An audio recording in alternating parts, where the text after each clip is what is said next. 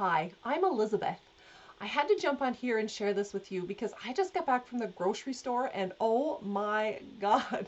Now, I've been watching grocery prices skyrocket for the last few months, but there was something that really hit me with my latest grocery run that I just realized that I don't think we're going backwards from this. I think that with inflation, the cost of gas is really high, just costs in general are rising. I don't actually think we're going to see a downturn in the cost of food. And so I don't know when you're watching this. I truly actually hope that this isn't a relevant topic when you are. But just in case it is, I wanted to chat today a little bit about how do you eat well when food prices are incredibly high. Because I was at Costco, I bought a bag of carrots, so it's a lot of carrots, don't get me wrong. But what I paid for the carrots like 5 months ago was $5.99 compared to what I paid for them today is $9.99. So that's almost twice as much. I realize that there's a lot of flux in seasonality of food and in availability and supply chain issues and all of that. But I think preparing to feed a family on a budget and knowing kind of some tips and tricks on how to more efficiently feed your family when you have only so much money to spend on groceries is a really good resource. So today I want to talk about just a few. I've got 6 tips for you that you can use hopefully for your family to still feed your family really healthy, tasty food, but watch your grocery budget as well. So my first tip, which will always be my first tip, is meal planning. Meal planning has a ton of benefits, 4 of my favorites. So number 1 is you get to be more consistent with your healthy food options. So when you're trying to eat healthy, if you haven't planned something, chances are it's not the easiest route, right? We usually go for what's easiest. And typically the healthy option is not always the easiest. So meal planning makes it the easiest and makes those healthy choices a little bit more consistent.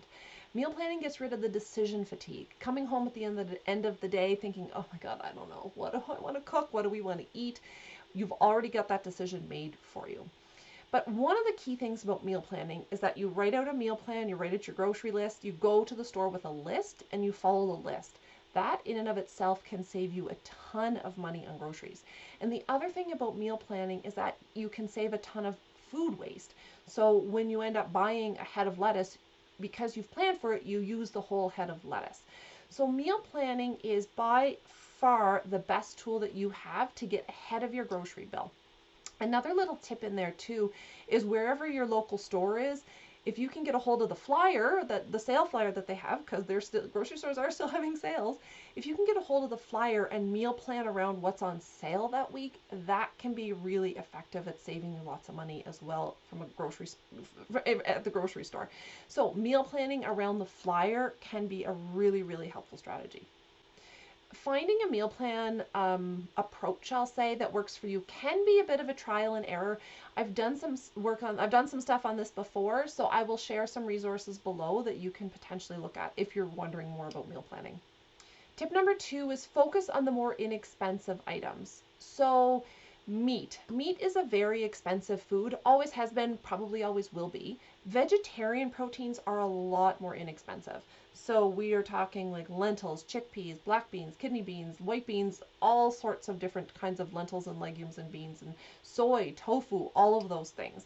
They are always less expensive than meat. So increasing your intake of vegetarian proteins, which there's so many resources out there on great recipes and how to make them delicious, that can really help save your grocery bill big time. Other things that, like other more inexpensive ingredients you can focus on, some of the root vegetables tend to be more inexpensive. So things like carrots, turnip, potatoes, onions, cabbage, those things tend to be a little bit more inexpensive. A few reasons for that, but one of them is that you can often find them locally. Doesn't really matter the season. Root vegetables store really well, and so you don't have to fly fresh berries in from a different country. In the middle of the year, you can usually use what's left from last season. Not to say that they don't come from other places, but typically speaking, root vegetables tend to be a little bit more inexpensive. Buying vegetables on sale as well. So if you get, if you have carrots on sale or spinach on sale or something like that, and you can freeze baby spinach, you can freeze spinach, you know, storing it yourself, but kind of stocking up if you can when it's on sale can really help as well. On that note, frozen fruits and veggies tend to be a lot more inexpensive. I love frozen fruits and veggies, and I very rarely leave the grocery store without some in my cart. They're flash frozen when they're picked, and so they're at their prime in terms of ripeness and nutrition. You cannot go wrong with frozen fruits and veggies, so don't be scared of them. Canned vegetables and fruits as well. So I prefer frozen, but I'm getting a little bit nitpicky here because canned, so they do tend to be, I shouldn't say tend to be, they could be higher in salt and or sugar. So look for, let's say, canned vegetables that are packed in water or fruit that's packed in water as opposed to syrup. If they do have salt added to them, you can just rinse that off. I mean, I live on canned tomatoes. If I'm making anything tomato based, I'm using canned tomatoes. So I use them all the time. But canned vegetables tend to be a lot more flexible for a budget compared to the fresh ones. So don't feel bad about using and relying on canned vegetables, especially when your budget is the one talking. And you can use more, I'll say, cheap-ish ingredients. So oatmeals, rices, flours, all of those things tend to be a lot more inexpensive. You can make your own granola. So you can use a little bit like oatmeal, and you can buy some cheaper, you don't have to get like all the big fancy nuts. You can buy some cheaper sesame seeds, sunflower seeds, pumpkin seeds, and make your own granola out of oatmeal.